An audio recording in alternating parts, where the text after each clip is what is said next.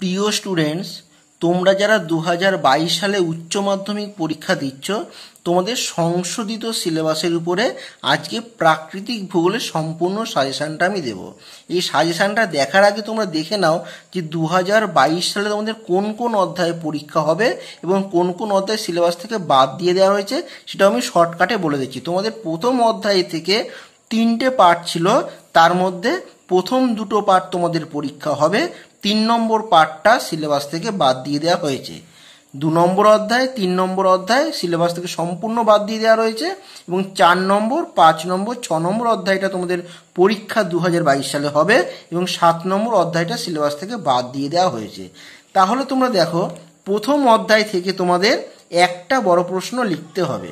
তোমাদের 2টো প্রশ্ন থাকবে অথবা দিয়ে থাকবে, সেখান দিয়ে একটা প্রশ্ন তোমাদের লিখতে হবে, ঠিক আছে?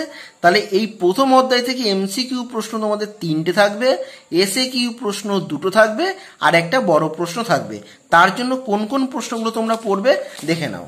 তোমরা যেটা পড়বে, প্রথম পার্ট থেকে শুধুমাত্র 2 নম্বরের প্রশ্ন এখান থেকে থাকে, বড় প্রশ্ন পড়ার কোনো দরকার নেই। আরোহণ, অবরোহণ, পর্যায়ন কাকে বলে, অথবা এই সংজ্ঞাটা ভালো করে পড়ে রাখবে। আরোহণ অবরোহণের পার্থক্য ভালো করে পড়বে, পার্থক্য পড়লেই কিন্তু 2 নম্বরের জন্য তোমরা বৈশিষ্ট্য লিখতে পারছো। আর এর সঙ্গে একটা এক্সট্রা প্রশ্ন দিয়ে রাখলাম, পর্যায়নের বিভিন্ন মাধ্যম। এইটুকু পড়লেই তোমাদের প্রথম পার্টটা কমপ্লিট হয়ে গেল। দ্বিতীয় যে পার্টটা রয়েছে, ভৌমজলের কার্য ও সংশ্লিষ্ট ভূমিরূপ, এখান থেকে তোমার 2 নম্বর এবং 3 নম্বরের জন্য যেটা পড়বে, ভৌমজলের উৎসগুলি কি কি, অ্যাকুইফার কি, গিজার, আর্টেজিও প্রস্রবণ, অ্যাকুইক্লুড, ভক্লুশন প্রস্রবণ, এইগুলো সব টিকা আকারে তোমরা পড়ে রাখবে। সম্পৃক্ত স্তর, অসম্পৃক্ত স্তরটা ভালো করে পড়বে। কাস্ট ভূমিরূপের প্রভাব আলোচনা করো। চুনাপাথর গঠিত অঞ্চলে কিভাবে অন্ধ উপত্যকা সৃষ্টি হয়, ফ্রিয়েটিক স্তর ও ভাডো স্তর। আর এর সঙ্গে তোমরা বড় প্রশ্নের জন্য 4 নম্বর বা 5 নম্বর প্রশ্ন হিসাবে ভৌমজলের নিয়ন্ত্রকগুলি কি কি, কাস্ট অঞ্চলে ক্ষয়জাত ও সঞ্চয়জাত ভূমিরূপ সম্পর্কে আলোচনা করো। আর কাস্ট ভূমিরূপ গঠনের শর্তগুলি কি কি, মানে এই যে বড় প্রশ্নটা দিয়েছি এর সঙ্গে 2 মার্কস হিসেবে দিতে পারে কাস্ট ভূমিরূপ গঠনের শর্তগুলি কি কি, এই জন্য এটা স্টার মার্ক দিয়ে আমি এটাকে দিয়ে রেখেছি, ঠিক আছে? তাহলে তোমরা এখন প্রশ্ন মনে জাগতেই পারে যে 7 নম্বরের কোশ্চেন বলেছিলাম, কিন্তু একটা 7 নম্বরের কোশ্চেন এখানে বললাম না, 2 মার্কস, 3 মার্কস, 4 মার্কস, 5 মার্কসের কোশ্চেন বললাম। তার কারণ হলো, তোমাদের যে প্রশ্নগুলো আসে না, এইগুলোর যে ভাগটা থাকে 7 নম্বরের, সেটা সরাসরি 7 নম্বর প্রশ্ন হিসেবে দেয় না, সাধারণত দেয় 5 + 2 মার্কস হিসেবে, 4 + 3 মার্কস হিসেবে, অথবা 3 + 2 + 2 মার্কস হিসেবে। ওই জন্য আমরা 2 নম্বরের প্রশ্ন পড়বো, 3 নম্বরের প্রশ্ন পড়বো, 4 নম্বরের প্রশ্ন এবং 5 নম্বরের জন্য প্রশ্নগুলো রেডি করব, ঠিক আছে? তাহলে প্রথম অধ্যায়টা আমাদের কমপ্লিট হয়ে গেল। এর পরের যে অধ্যায়টা রয়েছে, 3টে অধ্যায়, মৃত্তিকা, বায়ুমণ্ডল, জীববৈচিত্র্য।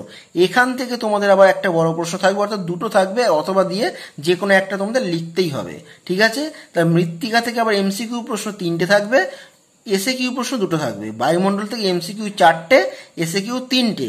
জীববৈচিত্র্য থেকে এমসিকিউ 2টো থাকবে এবং এসএকিউ 2টো প্রশ্ন থাকবে। আর একটাই 3টে অধ্যায় মিলিয়ে, 3টে পার্ট মিলিয়ে, 3টে অধ্যায় মিলিয়ে একটা বড় প্রশ্ন তোমাদের থাকবে, ঠিক আছে? এই বড় প্রশ্নের জন্য তাহলে কোন কোন প্রশ্নগুলো পড়বো, প্রতিটা কথা কিন্তু মন দিয়ে তোমরা শুনবে, না শুনলে কিন্তু শুধুমাত্র চোখে দেখলে বিষয়গুলো বুঝতে পারবে। ভালো করে কান খোলা রেখে কথাগুলো শোনো, তাহলে কিন্তু সাজেশনটা সহজে বুঝে যেতে পারবে। যেমন এখানে পড়বে এলুভিয়েশন ও এলিভিয়েশন, পেডোক্যাল ও পেডালভার লেখা রয়েছে, কিন্তু এটা পড়তে হবে কি, এলুভিয়েশন ও এলিভিয়েশনের পার্থক্য লেখো, পেডোক্যাল ও পেডালভারের পার্থক্য লেখো, ঠিক আছে? 2 নম্বর টিকা হিসেবে পর্জলীকরণ, ক্যালসিফিকেশন, স্যালিনাইজেশন, গ্লেইজেশন, হিউমিফিকেশন, ল্যাটেরিকরণ। তারপরে মৃত্তিকার গ্রথন, মৃত্তিকার গঠন, মৃত্তিকার সচিত্রতা, ক্যাটেনা, মৃত্তিকার পিএইচ, রেগুলিত, এই প্রশ্নগুলো ভালো করে পড়বে। তারপরে মৃত্তিকার 4 রকমের গঠন বর্ণনা করো। আর পেট কি, অ্যান্টিসল কি, মলিসল কি, এটা অতটা ইম্পর্টেন্ট না, তাও তোমরা এখানে পড়ে রাখবে। যেহেতু তোমাদের 2020 সালে এবং 21 সালে কোনো পরীক্ষা হয়নি, বিগত ইয়ারের প্রশ্নপত্র দেখে যেহেতু সাজেশনটা তৈরি করা হয়, তার জন্য 2 বছর পরীক্ষাটা না হওয়ার জন্য এই বছর একটু বেশি করে তোমাদের পড়তে হবে। 4 মার্কস এবং 5 মার্কসের জন্য কী কী পড়বে তোমরা, মৃত্তিকা গঠনের নিয়ন্ত্রকগুলি কী কী, সক্রিয় নিয়ন্ত্রক, নিষ্ক্রিয় নিয়ন্ত্রক, 2 রকম নিয়ন্ত্রক তোমরা পড়বে। মৃত্তিকা সংরক্ষণ পদ্ধতি বর্ণনা করো, মৃত্তিকা ক্ষয়ের কারণগুলি লেখো, মৃত্তিকার পরিলেখ কী, একটি আদর্শ মৃত্তিকার পরিলেখ বর্ণনা করো। বায়ুমণ্ডল, বায়ুমণ্ডল থেকে 2 মার্কস এবং 3 মার্কসের জন্য কি পড়বে?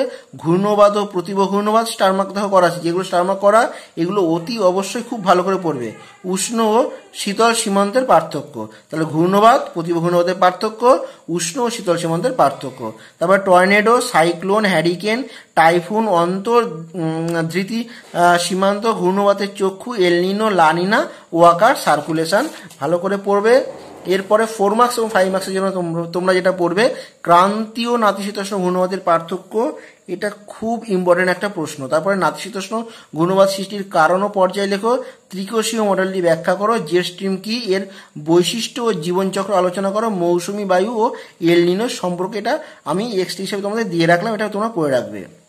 আর এই বায়ুমণ্ডলের যে পরের পার্টটা রয়েছে সেই পরের পার্টটার জন্য বিশ্ব উষ্ণায়ন, ওজোন গহ্বর, অ্যাসিড বৃষ্টি, ওজোন স্তর সংরক্ষণ, আর তার সঙ্গে আলোকপ্রিয় আর ছায়াপ্রিয় উদ্ভিদের পার্থক্য লেখো, জলজ উদ্ভিদ, মরু উদ্ভিদ, লবণাম্ব উদ্ভিদের অভিযোজনগত বৈশিষ্ট্যগুলো পড়বে 2 মার্কস এবং 3 মার্কসের জন্য।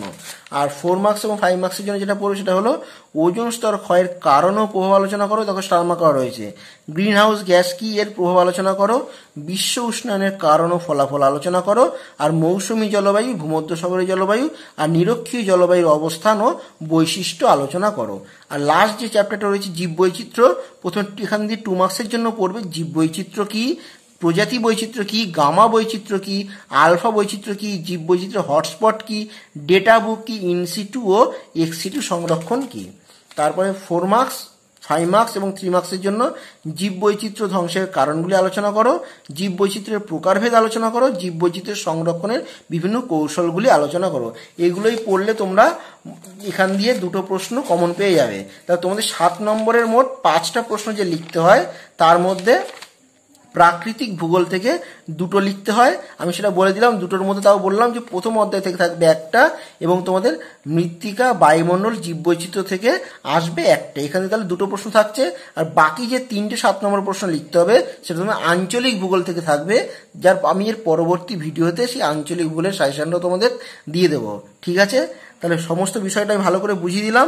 এরপরও যদি কোথাও কারো সমস্যা থাকে তোমরা কমেন্ট করে জানিও, আমি তোমাদের সদুত্তর দেওয়ার চেষ্টা করব। সকলে ভালো থাকো, সুস্থ থাকো।